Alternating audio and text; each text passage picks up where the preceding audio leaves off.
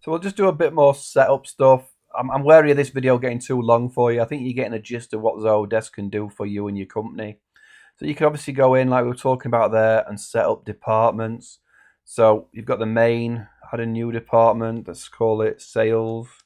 Display name sales. If you've got a logo, you can add it. Associated agent, Sarah Sales, of course.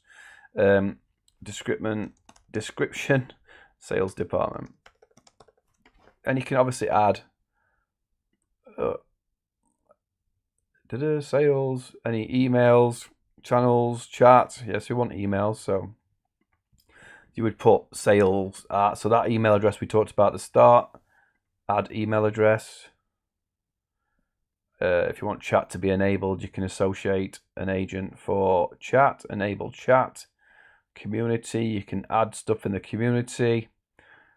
Build your web forms out for certain places and create and select your brands. So obviously then you've got sales, then you can add another one. But then what that means is on the web forms and the places where people sign up, they can actually filter it to saying this is a sales question, or they can email this email's direct to sales. This is for support. So that's pretty obvious. Other basic things, would you do products? You want to set products up, a new product. So product name, CCTV system, product code, CCTV one, product category, hardware, description, CCTV system. Obviously, you do it properly. And then that would mean when somebody went to your web form and they were into support, they could pick the product they needed support for. Just so you're getting more information, aren't you, on the ticket before somebody submits it to you.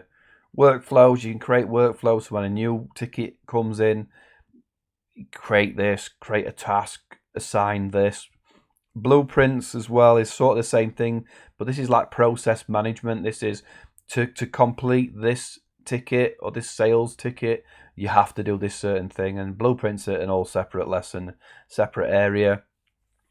Obviously you can manage your agents, you can add an agent and all that sort of stuff. So there's a lot of things you can do. It's fully customizable. You can go to your modules, you can edit things, you can move things around. If you don't want your tickets at the top of your modules, you can rename things.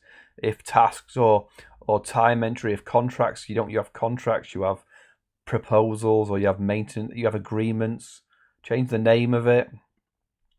Layouts and fields, so you can change how things look in your ticketing. You can drop in extra fields. I want another email.